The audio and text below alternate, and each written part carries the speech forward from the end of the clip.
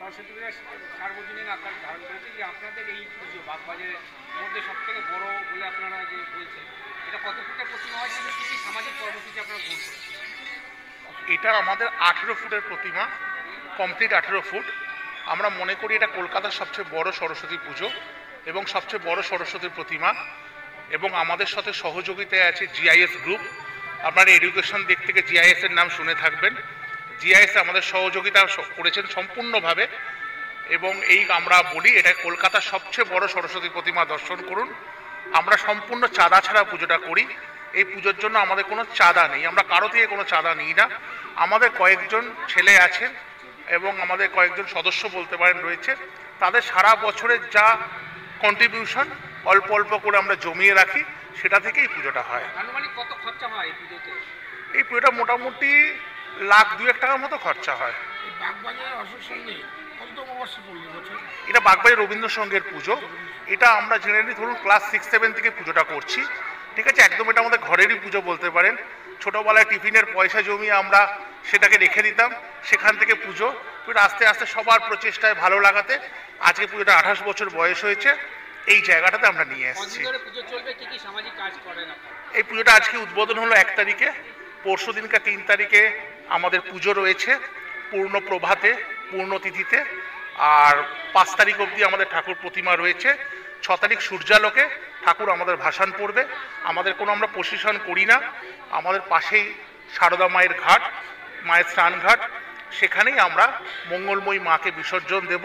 যদিও বিসর্জন হয় না মায়ের, কিন্তু রীতিনীতি মেনে মাকে আমাদের গঙ্গায় নিয়ে যেতেই হবে।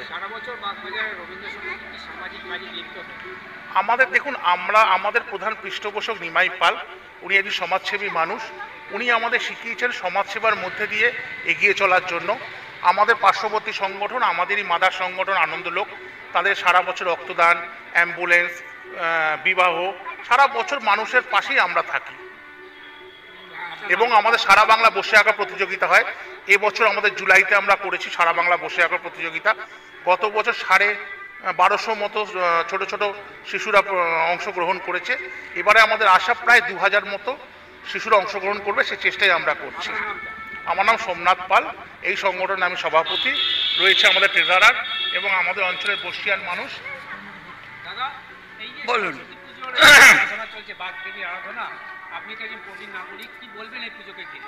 এই পুজোতে মানুষকে বা আমাদের যে সমস্ত সন্তানেরা আছে তারা দেখে উৎসাহিত হবে এবং এখানকার শিক্ষা লাভ করবে, যে অঙ্কন প্রতিযোগিতা হচ্ছে বা আরও নানান রকম সমাজমূলক কাজ হচ্ছে। যেরকম নিমাই পাল, তিনি এই আমাদের লকডাউনের সময় প্রচুর দান ধ্যান করেছেন, লোককে চাল ডাল কাপড় চোপড় অনেক কিছুই দিয়েছেন। এরকম এদের সোমনাথ পাল একটু আগেই আপনাদের বললো তার সমাজমূলক কাজের কথা। যাই হোক, আজ 28তম বর্ষে পদার্পণ করেছে রবীন্দ্র সংঘ। আমি আশা করব আরও এগিয়ে যাবে। আমার বয়স হচ্ছে এখন 88, আর কদিনই বা পৃথিবীতে থাকবো, কিন্তু এই সেঞ্চুরি বললে তো হবে না, নিঃশ্বাসের বিশ্বাস নেই। হ্যাঁ, আমার নাম হচ্ছে কাশীনাথ কংসবণিক। আমার আরেকটা বিশেষ বিষয় হচ্ছে, আমার বলতে লজ্জা লাগছে, যদিও আমি একটু ব্যাকডেটেড হয়ে গেছি। এখানে প্রথম যখন নির্বাক অভিনয় শুরু হয়, একক নির্বাক অভিনয়, তখন তাদেরই আমি একজন অন্যতম। এই পুজোটা ধরুন 28 বছরও পড়লো। এই পুজোটা ও ছোটবেলার থেকেই এখানে করে, এবং এই পুজোতে বিশিষ্ট হচ্ছে যে চাঁদা 1 পয়সা কাউর থেকে নেয় না।